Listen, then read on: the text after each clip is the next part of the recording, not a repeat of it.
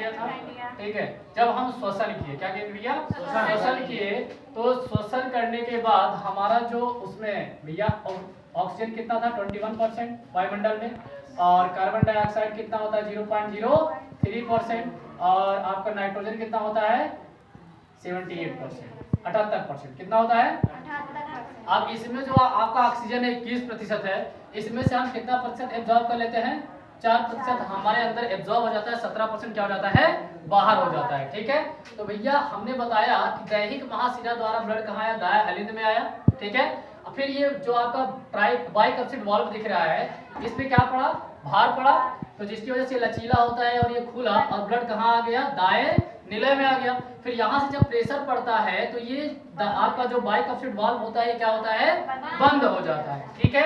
अब जो है जैसे ही प्रेशर पड़ा तो आपको ये फुफ्फुस महाशिरा दिख रही है, ये फेफड़े में चलाता है। फेफड़े में कहाँ चलाता है, मैंने बताया आपको, नासा छिद्र से जब हम सांस लेते हैं तो भैया आपका पूरा नाइट्रोजन, ऑक्सीजन और कार्बन डाइऑक्साइड पूरा का पूरा आता है, ठीक है। जिसमें नाइट्रोजन हम 78% पूरा का पूरा किसको, वायुमंडल यानी नेचर को वापस कर देते हैं, ठीक है। उसके बाद जो है अब यहाँ से वायु होते हुए या कहीं फेरिंग्स में आएगा, मतलब नाक से कहाँ से जाएगा, फेरिंग से जाएगा, फेरिंग के बाद कहाँ जाएगा, ट्रैकिया में जाएगा। कहाँ जाएगा भैया, ट्रैकिया में जाएगा, ट्रैकिया यानी श्वास नाल। उसके बाद क्या आता है भैया, ब्रोंकाई आता है, जिसे हम क्या बोलते हैं, श्वसनी। जो मोटी नली ये वाली दिख रही है ना, इसे बोला जाता है श्वसनी बोला जाता है, ठीक है।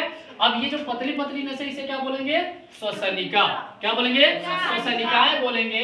और ये जो आपको गुच्छेदार दिख रहे हैं, इसे एल्वलाई या कूपिका कोष बोलते हैं। तो भैया यहाँ से मैंने कहा, जब यहाँ से प्रेशर पड़ा तो कहाँ गया, फेफड़े में गया, तो फेफड़े में ब्लड कहाँ गया होगा, ये आया होगा एल्वलाई में। कहाँ आया होगा, एल्वलाई में। अब सवाल ये उठता है कि एल्वलाई में क्यों आया है, तो एल्वलाई में यह ब्लड ऑक्सीजन लेने आया। क्या लेने आया है, तो ये ब्लड एल्वलाई में, फेफड़े के एल्वलाई में क्या लेने आया है, ऑक्सीजन। ये इसकी दीवारें, फेफड़े की ये दीवारें, मेन फेफड़ा तो इसके अंदर है, ये जो दिख रहा है ना ये फेफड़ा है, इसके तो बाहर भी खोल एक तरीके से मान लीजिए, ठीक है, जैसे रजाई होता है ना उसका खोल, उसी प्रकार से ये। तो भैया अब आ जाते हैं हम लोग कहाँ भैया, माइटोकॉन्ड्रिया पे।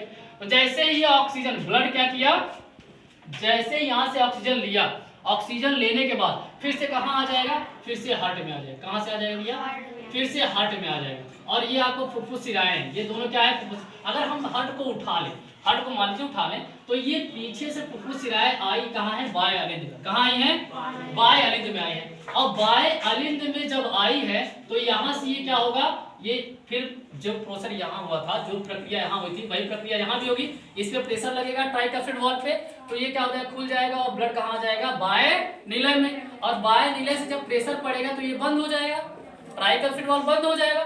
फिर ये ब्लड इस रास्ते से यानी धमनी से, महाधमनी से होते हुए शुद्ध, अब ये देखो रक्त शुद्ध हो चुका है, ठीक है। अब ये शुद्ध रक्त कहाँ चला जाएगा, हमारे ये जो आपको तीनों दिख रही हैं धमनियां, ये हमारे सिर में ब्लड को ले जाती है। शुद्ध रक्त कहाँ ले जाती हैं, ब्लड में लेके जाती, सिर में लेके जाती है। कहाँ लेके जाती है, सिर में लेके जाती है। और ये वाला जो आपको नीचे दिख रहा है, ये कहाँ लेके जाता है, पूरी बॉडी में लेके जाता है। कहाँ लेके जाएगा, पूरी बॉडी में लेके जाएगा। इतनी बात क्लियर हो गई आपको।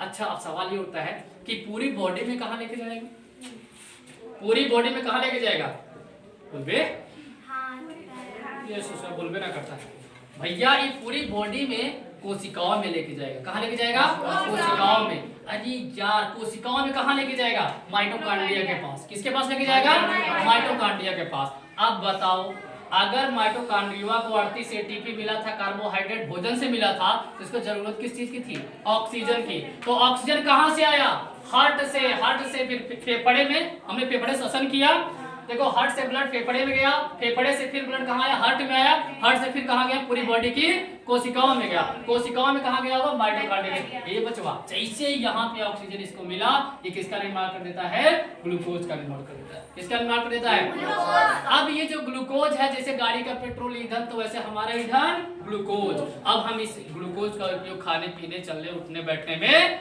करते हैं। बात समझ में आया, हम बोल रहे हैं किसका, किसके सहायता से, ग्लूकोज की सहायता से, क्योंकि हमारा ईंधन क्या है, ग्लूकोज है। इतनी बात समझ में आ गई। तो भैया आपको एनर्जी समझाने के लिए, एनर्जी हमारे अंदर कैसे बनती है इसको बताने के लिए हमको पूरा आपको ये फेफड़ा और ये हार्ट भैया जो है समझाना पड़ा। समझ में आया, एक बार फिर से रिपीट करते हैं। सर्वप्रथम हमारे पूरे शरीर से CO2 युक्त यानी अनाक्सीकृत रुधिर कहाँ आया, दाएं अलिंद में आया। किसके द्वारा? दैहिक महाशिरा द्वारा। गाय अलिंद में है और इन जो वाल्व दिख रहा है बाइकप्सिड वाल्व, इससे क्या हुआ? दबाव पड़ा तो ब्लड कहाँ चला आया? दाएं निलय में। फिर यहाँ से जब प्रेशर पड़ेगा तो फेफड़े में चला आएगा। फेफड़े में कहाँ आएगा? एल्वलाई में आएगा। कहाँ आएगा? मैंने कहा कि नासिका छिद्र होता है, इससे सांस लेते हैं, फिर आता है फेरिंग्स, उसके बाद क्या आता है? फेरिंग्स आता है। फेरिंग्स के बाद आता है लैरिंग्स या स्वर तंत्र। यहाँ से यह दो भागों में बढ़ जाती है। एक बढ़ जाता है आपका ओसोफेगस यानी ग्रास नली, जहाँ से जल और भोजन जाता है। एक होता है ट्रैकिया या श्वास नली, जहाँ से क्या जाता है? हवा जाता है। ठीक है, तो ओसोफेगस जल और भोजन जाएगा, ट्रैकिया में वायु जाएगा। तो भैया ये ट्रैकिया है, दोनों एक समान दिखते हैं लेकिन होते अलग अलग, मतलब एक ही में दोनों होते हैं, लेकिन एक में वायु जाता है, एक में क्या जाता है? एक टाइम पे ये दोनों लैरिंग्स से अलग होते हैं। कहाँ से अलग होते हैं? लैरिंग्स या स्वर तंत्र से। एक बात बताओ, अगर हम बोल रहे हैं यहाँ पे हमारे, देखो हमारी आवाज परिवर्तन हो रहा है कि नहीं हो रहा है? तुम लोग छोटे छोटे बचपन में थे तो बीन बजाते थे, इससे बजाते थे, नहीं बजाते थे? मजा लेते थे ऐसे करके। तो और कहीं पीटो, ऐसे यहाँ पीटो, यहाँ पीटो, कहीं आवाज बदलती है नहीं ना? लेकिन यहाँ पे पीटिए, देखिए आवाज बदल रही है, बदल रही नहीं बदल रही? तो इसको स्वर तंत्र बोलते हैं। यहाँ से क्या हो जाता है? यह चेंज हो जाता है। तो भैया ये ट्रैकिया। उसके बाद क्या आता है? ब्रोंकाई है। ब्रोंकाई से वायु होते हुए कहाँ चली आई? बोलो, एल्वलाई में। भैया ब्रोंकाई, ब्रोंकाई बाद ब्रोंक्यूलस, उसके बाद एल्वलाई, श्वसनी, उसके बाद श्वसनिका, फिर का कूपिका कोश। तो ये कूपिका कोश में जैसे ही वायु आई तो इसमें तीनों वायु, ये जो नाइट्रोजन ऑक्सीजन कार्बन डाइऑक्साइड तीनों आया होगा ना, तो इसमें से ऑक्सीजन कितना परसेंट एब्जॉर्ब कर लिया एल्वलाई ने? 4%। 17% वायुमंडल को वापस कर दिया। बात समझ में आई? 17% वापस कर दिया, 4% जैसे एब्जॉर्ब करके ये ब्लड कहाँ चलाएगा? फिर से बाएं अलिंद में चला आता है। किसके द्वारा? फुफ्फुस शिरा द्वारा। अब जैसे यहाँ पे आया, इस पे प्रेशर पड़ा, प्रेशर पड़ने के बाद यहाँ पे ये ब्लड आएगा और यहाँ से प्रेशर पड़ेगा तो ये बाह्य द्वारा पूरे ब्लड कहाँ चला जाएगा? पूरी शरीर में चला जाएगा, पूरे शरीर के कोशिकाओं में जाएगा, कोशिकाओं में माइटोकॉन्ड्रिया के पास जाएगा। माइटोकॉन्ड्रिया के पास पहले से एटीपी और कार्बोहाइड्रेट था, ऑक्सीजन मिला, तुरंत क्या कर लिया? ग्लूकोज का निर्माण कर लिया। बात समझ में आ गई आपको?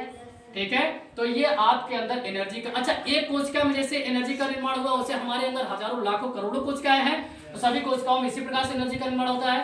ठीक है, तो हमको ज्यादा एनर्जी की आवश्यकता होती है, इसलिए हमारे अंदर ज्यादा कोशिकाएं हैं तो बहुत ज्यादा एनर्जी बनती होगी। बात समझ में आया? इसके बाद आपका आता है गाल्जी काय। अब एनर्जी तो बन गई, अब एनर्जी का संवहन कैसे होगा इसको हम समझाएंगे अगले टर्म पे। ठीक है।